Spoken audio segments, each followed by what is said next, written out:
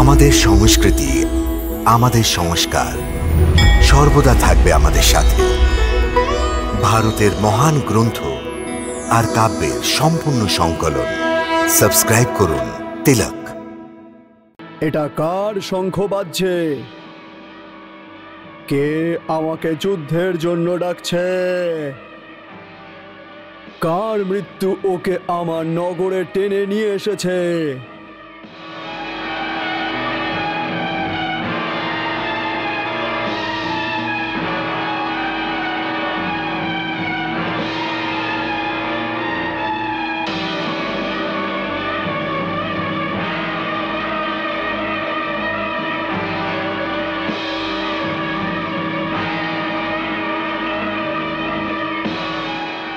নাথ! আজ্ঞা প্রভু।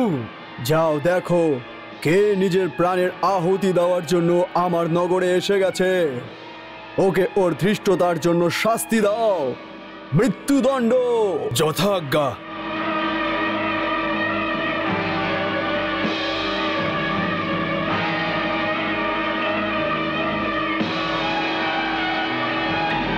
চলো।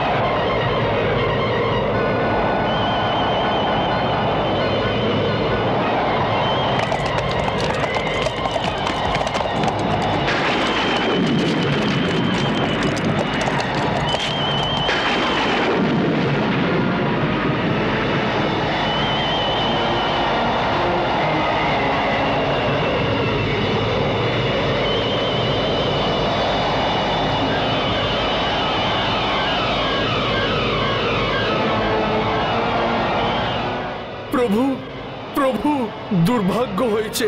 ধূমকেতু, তুমি যুদ্ধের ময়দান ছেড়ে এখানে কি করে এসেছো? দুর্ভাগ্য হয়েছে, দুর্ভাগ্য হয়েছে।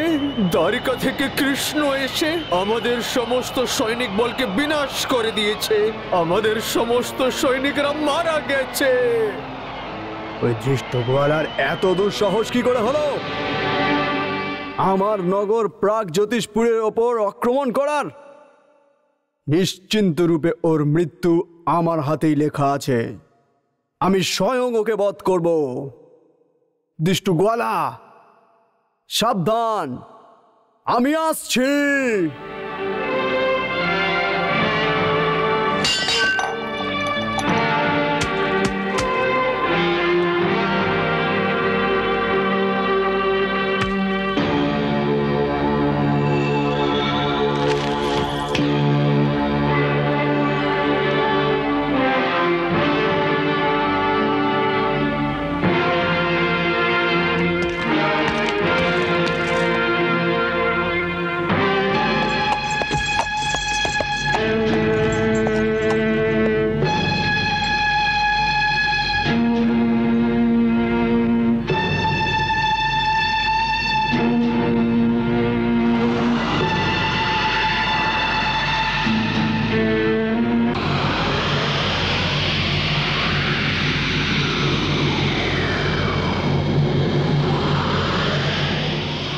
মূর্খ কৃষ্ণ, তুই কার শক্তির ভরসায় নরকাসুরকে মারার ধৃষ্টতা করছিস?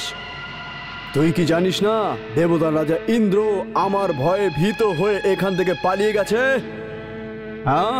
হ্যাঁ, আমি এটা জানি। তোর কি নিজের প্রাণের ভয় নেই যে নিজের স্মৃতির সাথে নিজের প্রাণের আহুতি দেওয়ার জন্য আমার নগরে চলে এসেছিস?